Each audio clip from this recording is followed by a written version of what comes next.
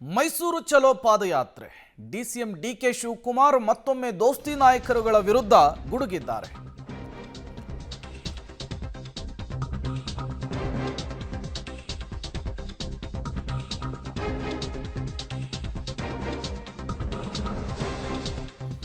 CM ಬಗ್ಗೆ ಮಾತನಾಡಲಿಕ್ಕೆ BJP ಜೆಡಿಎಸ್ಗೆ ಏನೂ ವಿಷಯವಿಲ್ಲ, ಹೀಗಾಗಿ ನನ್ನ ಬಗ್ಗೆಯೇ ಬಹಳ ಮಾತನಾಡಿದ್ದಾರೆ. ಇನ್ನಷ್ಟು ಪ್ರಶ್ನೆ ಕೇಳ್ತೇವೆ, ತಾಕತ್ತಿದ್ರೆ ಉತ್ತರಿಸಲಿ. ಕಮಲ ದಳ ನಾಯಕರದ್ದು ಪಾಪದ ಯಾತ್ರೆ. ಮೈಸೂರಿನ ನೆಲದಲ್ಲಿ ನಿಂತು ಎಲ್ಲದಕ್ಕೂ ಉತ್ತರ ಕೊಡ್ತೇವೆ. ಉಪಮುಖ್ಯಮಂತ್ರಿ ಡಿಕೆ ಶಿವಕುಮಾರ್ ದೋಸ್ತಿ ನಾಯಕರುಗಳ ವಿರುದ್ಧ ಗುಡುಗಿದ್ದು ಹೀಗೆ. ಜೆಡಿಎಸ್ ಮತ್ತು ಬಿಜೆಪಿಯ ಪಾದಯಾತ್ರೆಗೆ ಕೌಂಟರ್ ರೀತಿಯಾಗಿ ಕಾಂಗ್ರೆಸ್ ಕೂಡ ಪಾದಯಾತ್ರೆ ಸಮಾವೇಶಗಳನ್ನ ಕೂಡ ನಡೆಸ್ತಾ ಇದೆ. ಪ್ರಮುಖವಾಗಿ ಈಗ ಮೈಸೂರಿನಲ್ಲಿ ಆಯೋಜನೆಗೊಂಡಿರುವಂತಹ ಸಮಾವೇಶದ ಮೂಲಕವಾಗಿ ದೋಸ್ತಿಗಳಿಗೆ ಒಂದು ಟಕ್ಕರ್ ಕೊಡುವಂಥ ಸಿದ್ಧತೆಗಳು ಕೂಡ ಆಗಿದೆ. ಈಗ ಇದ್ರ ಬಗ್ಗೆ ಮಾತನಾಡೋದಕ್ಕೆ ಸ್ವತಃ DCM ಆಗಿರುವಂಥ ಡಿಕೆ ಶಿವಕುಮಾರ್ ಅವರಿದ್ದಾರೆ. ಸರ್, ಪ್ರಮುಖವಾದಂಥ ಮೈಸೂರಿನ ಸಮಾವೇಶದಲ್ಲಿ ಎಸ್ಪೆಷಲಿ ಬಿಜೆಪಿ ಮತ್ತು JDSನ ಪ್ರಮುಖವಾದಂಥ ಹಗರಣಗಳು ಇನ್ಯಾವುದಾದ್ರು ಬಯಲಾಗ್ಬೋದಾ? ಇದು ಮೇಜರ್ ಕ್ವಿಟ್ ಇಂಡಿಯಾ ಚಳುವಳಿ. 9ನೇ ತಾರೀಕು ಆಗಸ್ಟು ಕ್ವಿಟ್ ಇಂಡಿಯಾ ಮೂವ್ಮೆಂಟ್ ಆಯಿತು. ಈಗ ಕ್ವಿಟ್ ಇಂಡಿಯಾ ಚಳುವಳಿ ಇವತ್ತಿಂದ ನಾಳೆಯಿಂದ ಪ್ರಾರಂಭ ಮಾಡ್ತಾ ಇದ್ದೀವಿ. ಸುಳ್ಳು ಆರೋಪಗಳು, ಸುಳ್ಳಿನ ಕಂತೆ. ಕಾಂಗ್ರೆಸ್ ಪಕ್ಷ ಬ್ರಿಟಿಷ್ ಅವರಿಗೆ ಎದುರ್ಕೊಳ್ಳಿಲ್ಲ, NDAಗೆ ಎದುರುವಂಥ ಪ್ರಶ್ನೆ ಇಲ್ಲ. ಅದಕ್ಕೋಸ್ಕರ ಈ ಹೋರಾಟವನ್ನು ಸುಳ್ಳಿನ ಕಂತೆ, ಭ್ರಷ್ಟಾಚಾರದ ಏನು ಕೂಪು ಐತಲ್ಲ ಅದನ್ನು ಬಯಲು ಮಾಡಲಿಕ್ಕೆ ಈ ಒಂದು ಸಮಾವೇಶ ಇಟ್ಕೊಂಡಿದ್ದೀವಿ. ಸರ್, ಈಗ ಮೂಡ ಹಗರಣ ಮತ್ತು ವಾಲ್ಮೀಕಿ ಹಗರಣದ ವಿಚಾರದಲ್ಲಿ ಪಾದಯಾತ್ರೆ ಶುರುವಾಯಿತು. ಆದರೆ ಅದು ಬರ್ತಾ ಬಂದು ನಿಂತಿದ್ದು DK ಶಿವಕುಮಾರ್ ಅವರ ಆಸ್ತಿಯ ವಿಚಾರದಲ್ಲಿ, DK ಶಿವಕುಮಾರ್ ಅವರ ವೈಯಕ್ತಿಕವಾದಂಥ ತೇಜೋವಧೆ ಅಂತ. ಒಳ್ಳೆಯದದು, ಯಾಕೆಂದರೆ ಮೂಡಲ್ಲಿ ಏನು ಇರಲಿಲ್ವಲ್ಲ, ಅದಕ್ಕೋಸ್ಕರ ನಾನು ಸುದ್ದಿ ತಗೋತಾ ಇದ್ದಾರೆ.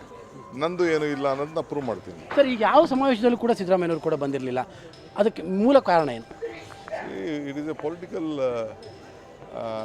ಪಾರ್ಟಿಯಿಂದ ಮಾಡ್ತಾ ಇರೋದು, ಪಕ್ಷದ ಇದು. ನಾವು ಸರ್ಕಾರನ ಮಿಸ್ಯೂಸ್ ಮಾಡಬಾರ್ದು ಅನ್ನೋ ದೃಷ್ಟಿಯಿಂದ ಪಕ್ಷದ ವಿಚಾರಕ್ಕೆ ನಾವು ಪಕ್ಷದ ಕಾರ್ಯಕ್ರಮ ನಾವು ಹಮ್ಮಿಕೊಂಡಿದ್ದೀವಿ. ಅದಕ್ಕೆ ನಾನೇ ಇದರ ಲೀಡ್ ತೆಗೆದುಕೊಂಡು ಜನರಿಗೆ ತಿಳಿಸ್ಬೇಕು, ಇದನ್ನು ಅವ್ರಿಗೆ ಗೊತ್ತಾಗಬೇಕು. ಇಲ್ಲ ಅಂತಂದರೆ ಒಂದು ಸೈಡ್ ಅವ್ರು ಹೇಳಿದ್ದೆ ಆಗೋಯ್ತದೆ ಅನ್ನೋ ದೃಷ್ಟಿಯಿಂದ ನಮ್ಮ ಪಾರ್ಟಿ ಅಸ್ತಿತ್ವವನ್ನು ಉಳಿಸ್ಕೊಳ್ಳಿಕ್ಕೆ ಹೊರಟ. ಇದುವರೆಗೂ ಹಲವು ಪ್ರಶ್ನೆಗಳನ್ನ JDSನವ್ರಿಗೂ ಕೇಳಿದರೆ, ಬಿಜೆಪಿ ಎಸ್ಪೆಷಲಿ ಕುಮಾರಸ್ವಾಮಿ ಅವರಿಗಂತೂ ಭಾಳಷ್ಟು ಪ್ರಶ್ನೆಗಳನ್ನ ಕೇಳಿದಿರಿ, ಉತ್ತರಗಳು ಬಂದಿಲ್ಲ. ಬಟ್ ತೇಜೋವಧೆಗಳು ಕೂಡ ಆಗ್ತಾ ಇದೆ. ಆಗಲಿ, ತೇಜೋವಧೆಗೆಲ್ಲ ಎದುರೋನಲ್ಲ ನಾನು. ಅವ್ರು ಏನು ಬೇಕಾದ್ರೆ ತೇಜ ಫಸ್ಟ್ ಉತ್ತರ ಕೊಡಲಿ. ನಾನು ಹೇಳೋ ಪ್ರಶ್ನೆಗಳಿಗೆ ಇವತ್ತು ಒಂದು ಉತ್ತರನೂ ಕೊಟ್ಟಿಲ್ಲ ಅವರು. ಇನ್ನು ಯಾವ್ದಾದ್ರು ಬತ್ತಳಿಕೆಯಲ್ಲಿ ಇದೆಯಾ ಹಗರಣಗಳು? ಬೇಕಾದಷ್ಟಿದೆ. ಅವು ಯಾವ್ದಾದ್ರು ಬಹಿರಂಗ ಟೈಮ್ ಬರಲಿ, ಅದಕ್ಕೆಲ್ಲ ಒಳ್ಳೆ ಕಾಲ, ಒಳ್ಳೆ ಗಳಿಗೆಲ್ಲ ನೋಡಬೇಕಲ್ಲ ಕರೆಕ್ಟಾಗಿ. ಇದು DK ಶಿವಕುಮಾರ್ ಅವರ ಮಾತು. ಏನೋ ಅವರ ವೈಯಕ್ತಿಕ ತೇಜೋವಧಿಗಳಿಗೂ ಕೂಡ ಎಗ್ಗೋದಿಲ್ಲ. ಆದರೆ ಎಲ್ಲ ಪ್ರಶ್ನೆಗಳನ್ನು ಕೂಡ ಕೇಳಿದ್ದೇವೆ, ಯಾವ ಪ್ರಶ್ನೆಗಳಿಗೂ ಕೂಡ ಉತ್ತರ ಸಿಕ್ಕಿಲ್ಲ. ಮತ್ತೊಂದಿಷ್ಟು ಪ್ರಶ್ನೆಗಳನ್ನು ಕೂಡ ಈ ಸಮಾವೇಶದ ಮೂಲಕವಾಗಿ ನಾವು ಕೇಳ್ತೇವೆ ಅನ್ನುವಂಥ ಮಾತನ್ನು ಸ್ಪಷ್ಟಪಡಿಸ್ತಾರೆ. ಕ್ಯಾಮ್ರಾ ಪರ್ಸನ್ ಕಾರ್ತಿಕ್ ಜೊತೆ KP Nagaraj, public TV, Mysuru. Site ಫೈಟ್ನ ವಿಚಾರಕ್ಕೆ ಸಿಎಂ ಸಿದ್ದರಾಮಯ್ಯನವರ ಪುತ್ರ MLC ಯತೀಂದ್ರ ಸಿದ್ದರಾಮಯ್ಯನವರು ಕೂಡ ಮಾತನಾಡಿದ್ದಾರೆ. ನಮ್ಮಪ್ಪ ತಪ್ಪನ್ನ ಮಾಡಿಲ್ಲ, ಸಿಎಂ ಪರವಾಗಿ ಯತೀಂದ್ರ ಬ್ಯಾಟಿಂಗ್. ಅಪ್ಪನ 40 ವರ್ಷದ ರಾಜಕೀಯ ಜೀವನದಲ್ಲಿ ಕಳಂಕ ಬಂದಿಲ್ಲ. ಅಕ್ರಮವಾಗಿದ್ದರೆ ಸೈಟನ್ನು ವಾಪಸ್ ತೆಗೆದುಕೊಳ್ಳಿ. ಮೂಡಾ ವಿಚಾರದಲ್ಲಿ ಅಪ್ಪ ಅಮ್ಮನಿಗೆ ತುಂಬಾ ಬೇಸರವಾಗಿದೆ, ಹಂಗಂತ ಹೆದರಿಕೊಂಡು ಕೂರೋದಿಲ್ಲ ಅಂತ ಕೂಡ ಯತೀಂದ್ರ ಅವರು ಮಾತನಾಡಿರುವಂಥದ್ದು.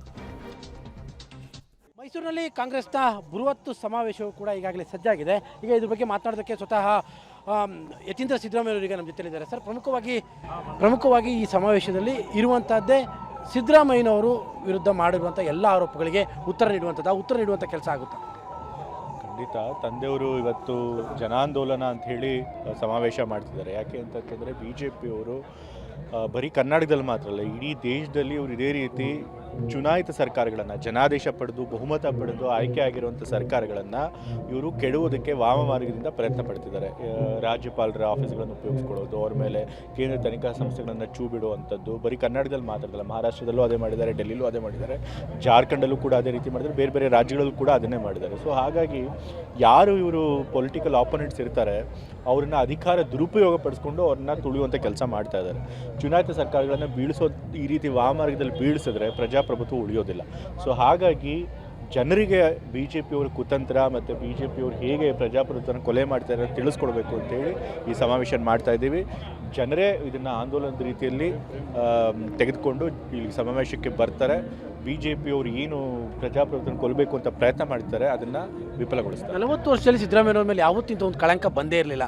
ಈಗ ಈ ಕಳಂಕ ಬಂದಿರುವಂಥದ್ರಿಂದ ಮಾನಸಿಕವಾಗಿ CM ಅವರಿಗೆ ನೋವಾಗಿದೆಯಾ? ಅವ್ರೇನಾದ್ರು ತಪ್ಪು ಮಾಡಿ ಆರೋಪ ಬಂದಿದ್ದರೆ ಆವಾಗ ಅವ್ರು ಹೆದರ್ಕೋಬೇಕು ಅಥವಾ ಮಾನಸಿಕವಾಗಿ ಕುಗ್ಗಬೇಕು. ಬಟ್ ಅಫ್ಕೋರ್ಸ್ ಒಂದು ಸ್ವಲ್ಪ ಬೇಸರ ಆಗಿದೆ. ಯಾಕೆಂತಂದರೆ ಅವ್ರು ಯಾವತ್ತೂ ಕೂಡ ಈ ರೀತಿ ಸುಳ್ಳು ಆರೋಪಗಳನ್ನು ಎದುರಿಸಿದ್ದಿಲ್ಲ, ಯಾರೂ ಕೂಡ ಅವರ ಪ್ರಾಮಾಣಿಕತೆಯನ್ನು ಪ್ರಶ್ನೆ ಮಾಡಿದ್ದಿಲ್ಲ. ಆದರೂ ಕೂಡ ಇವತ್ತು ರಾಜ್ಯಪಾಲರು ಈ ರೀತಿ ಅಸಂವಿಧಾನಿಕವಾಗಿ ಒಂದು ನೋಟಿಸ್ ಕೊಟ್ಟಿರೋದು ಅವ್ರಿಗೂ ಸ್ವಲ್ಪ ಬೇಸರ ಆಗಿದೆ. ಬಟ್ ಹಾಗಂತ ಕುಗ್ಗೋದಿಲ್ಲ, ಯಾಕೆಂದರೆ ಅದನ್ನು ನಾವು ಕಾನೂನಿನವಾಗಿ ಹೋರಾಟ ಮಾಡಲೇಬೇಕು. BJP ಅವರು ಕುತಂತ್ರದಿಂದ ಹೋರಾಟ ಮಾಡಲೇಬೇಕು. ಆ ಕೆಲಸ ಅವ್ರು ಮಾಡ್ತಾರೆ. ಸರ್, ಇದು ಯತೀಂದ್ರ ಸಿದ್ದರಾಮಯ್ಯನವರ ಮಾತು. ಯಾವುದೇ ಕಾರಣಕ್ಕೂ ನಮ್ಮ ತಂದೆ ತಪ್ಪನ್ನು ಮಾಡಿಲ್ಲ. ನಾವು ತೆಗೆದುಕೊಂಡಿರೋ ಸೈಟು ಅಕ್ರಮ ಆಗಿದ್ದೇ ಆದರೆ ನಾವು ಆ ಸೈಟನ್ನು ಹಿಂತಿರುಗಿಸುವುದಕ್ಕೆ ರೆಡಿ ಅನ್ನುವಂತಹ ಸಂದೇಶವನ್ನು ಕೂಡ ಪಬ್ಲಿಕ್ ಟಿವಿಯ ಮುಖಾಂತರ ರವಾನಿಸಿರುವಂಥದ್ದು.